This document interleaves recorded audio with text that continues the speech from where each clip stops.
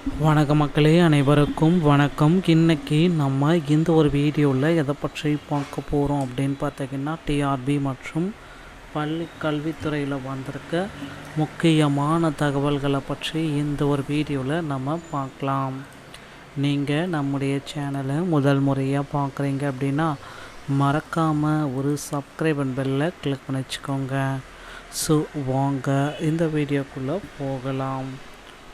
போராடும் இடைநிலை ஆசிரியர்களின் கோரிக்கைகளை உடனடியாக நிறைவேற்ற வேண்டும்.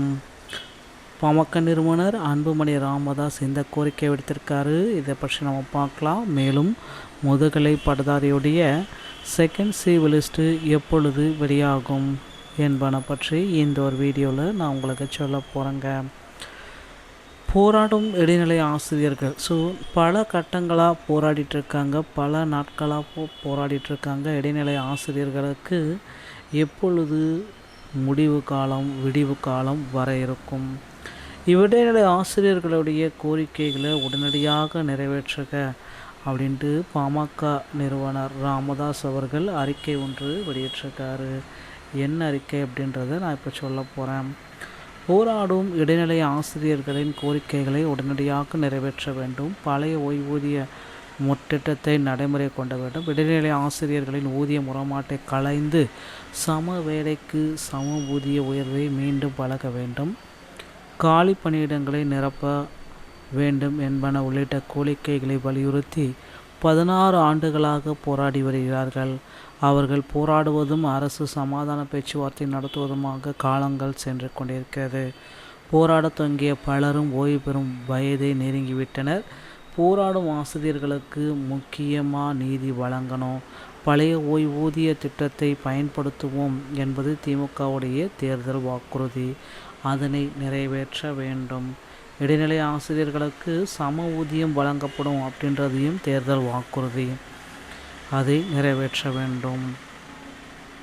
மேலும் ஒரு வாரமாக தலைநகரில் போராடி வரும் இடைநிலை ஆசிரியர்கள் வேலை நிறுத்தம் போராட்டத்திற்கு சென்று விடாமல் இருக்க பள்ளிக்கல்வித்துறை அமைச்சரும் தமிழக முதல்வரும் உடனடியாக தலையிட்டு ஆசிரியர் சங்கங்களின் நிர்வாகிகளை அழைத்து பேசி அவர்களின் நியாயமான கோரிக்கைகளை உடனடியாக நிறைவேற்றி தர வேண்டுமென கேட்டுக்கொள்கிறோம்.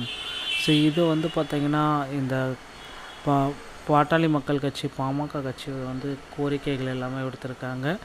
நிச்சயமாக இவர்களுடைய கோரிக்கைகளை அரசு பார்த்திங்கன்னா ஏற்கும் அப்படின்றத நம்ம எதிர்பார்க்கலாம். அடுத்து நீங்கள் எல்லாருமே எதிர்பார்த்த இன்னொரு விஷயம், முதுகலை பட்டதாரிகளுடைய செகண்ட் சிவி லிஸ்ட்டு. முதுகலை பட்டதாரியில் செகண்ட் சிவி லிஸ்ட்டு எப்பொழுது வெளியாகும்? இதுதான் எல்லா தரப்புலேருந்துமே எக்ஸ்பெக்ட் பண்ணிகிட்ருக்காங்க.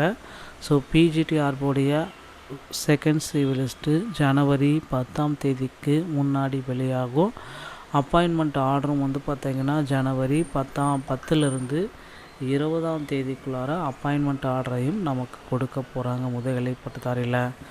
முதுகலை பட்டதாரியோடைய செகண்ட் சிவி லிஸ்ட்டு கண்டிப்பாக வரும். இதுதான் இதோடைய உண்மை நிலவரம். காலி பணியிடங்களுடைய எண்ணிக்கை பார்த்திங்கன்னா முதுகலை பட்டதாரியில் 1996 என்பது இருக்குது. கூடுதலாக காலி பணியிடங்களை கொண்டு வருவாங்க அப்படின்றது எல்லோருடைய கருத்தாக இருக்குங்க. பிஜிடிஆர்பியுடைய செகண்ட் சிவி லிஸ்ட்டு நிச்சயமாக வருங்க. வெயிட் பண்ணுங்க. உங்களுக்கு அடிஷ்னலான சிவி லிஸ்ட்டும் புதிய தற்காலிக ஆல்ரெடி சான்றிதழ் சரிபார்ப்பு முடிக்கப்பட்டவர்களுடைய தற்காலிக தேர்வு பட்டியலையும் ஆசிரியர் தேர்வு வாரியம் விரைவில் பப்ளிஷ் பண்ணோம் அப்படின்றத நாம் நம்பலாங்க. டிஆர்பியில் இந்த தகவல்கள் அனைத்துமே உங்களுக்கு ரொம்ப ரொம்ப பயனுள்ளதாக இருக்கும் அப்படின்னு நினைக்கிறேன்.